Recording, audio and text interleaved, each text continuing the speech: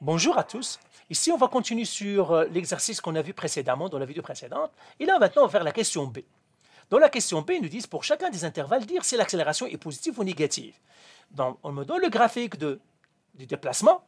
On me demande des questions sur l'accélération. Ça veut dire je suis entre la fonction déplacement et l'accélération. Ça veut dire la fonction mère et la fonction petite fille. Mais quel est le lien entre la fonction mère et la petite fille? Eh bien, encore une fois, c'est les points d'inflexion et c'est les concavités. C'est les concavités. Concave vers le haut, ça veut dire la deuxième dérivée est positive. Ça veut dire l'accélération est positive. Concave vers le bas, deuxième dérivée est négative, et puis l'accélération négative, et puis point d'inflexion, l'accélération égale 0, bien la deuxième dérivée égale 0. Ça, on l'avait vu, c'est un petit rappel là-dedans. Maintenant, tout simplement, je regarde ce qu'est la concavité. Eh bien, là, la première de 0 jusqu'à ici, ça c'est le point d'inflexion, où ça change de concavité. Ben, la concavité est vers le haut. Donc là, j'écris accélération positive.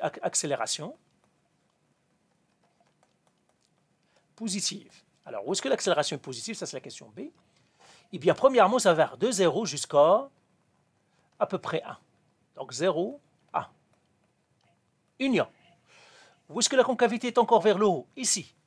Alors, la concavité vers le haut entre ce point d'inflexion et ce point d'inflexion. Ce point d'inflexion-là, c'est 3,5, pardon.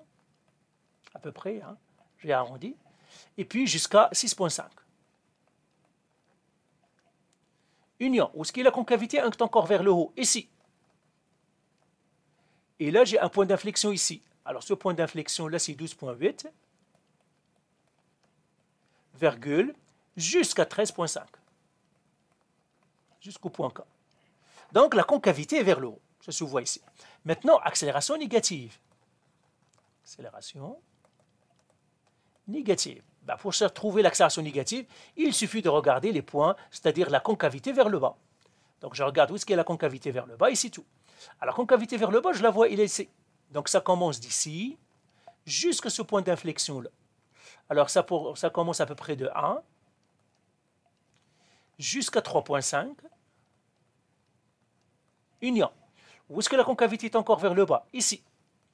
Donc, ça va faire de ce point-là jusqu'à ce point-là. Ce point-là, alors, c'est à peu près 6,5. Jusqu'à ce point-là, qui est 9. Jusqu'au point I, qui est 9 ici. Et puis, la concavité vers le bas, encore ici. J'ai ce point ici. C'est 12,8. Donc là, j'aurai union de 12 jusqu'à 12,8. Tout simplement, je cherche où est la concavité vers le bas. C'est tout simplement ça, c'est ça les négatifs. Le positif, l'accélération sera positive quand la concavité est vers le haut. C'est tout. Maintenant, accélération égale 0. Accélération égale 0, c'est-à-dire nul. Alors, où est-ce qu'elle est? Dans les points d'inflexion.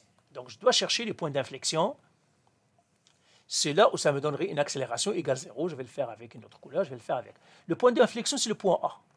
Alors, le point A, à peu près 1. X égale à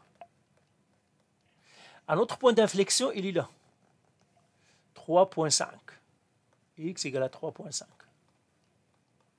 Un autre point d'inflexion, il est là.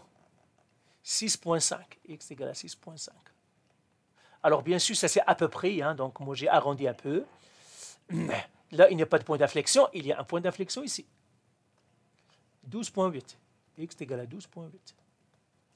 Là aussi, on a une accélération nulle, ici, de I à J, parce que l'objet ne bouge même pas. Donc, il n'est pas concave, il n'est pas convexe. Il n'est pas concave vers le haut, il n'est pas concave vers le bas. La concavité n'est pas vers le haut, n'est pas vers le bas. Ça veut dire que la concavité est nulle. Ça veut dire là aussi. Donc, j'écris X, élément 2. Parce que c'est une constante, la dérivée d'une constante est 0. Si je la dérivais encore, ça me donnerait 0. Elle est entre 9 et 12. Entre 9 et 12. Ben voilà pour cette question. Allez, bye.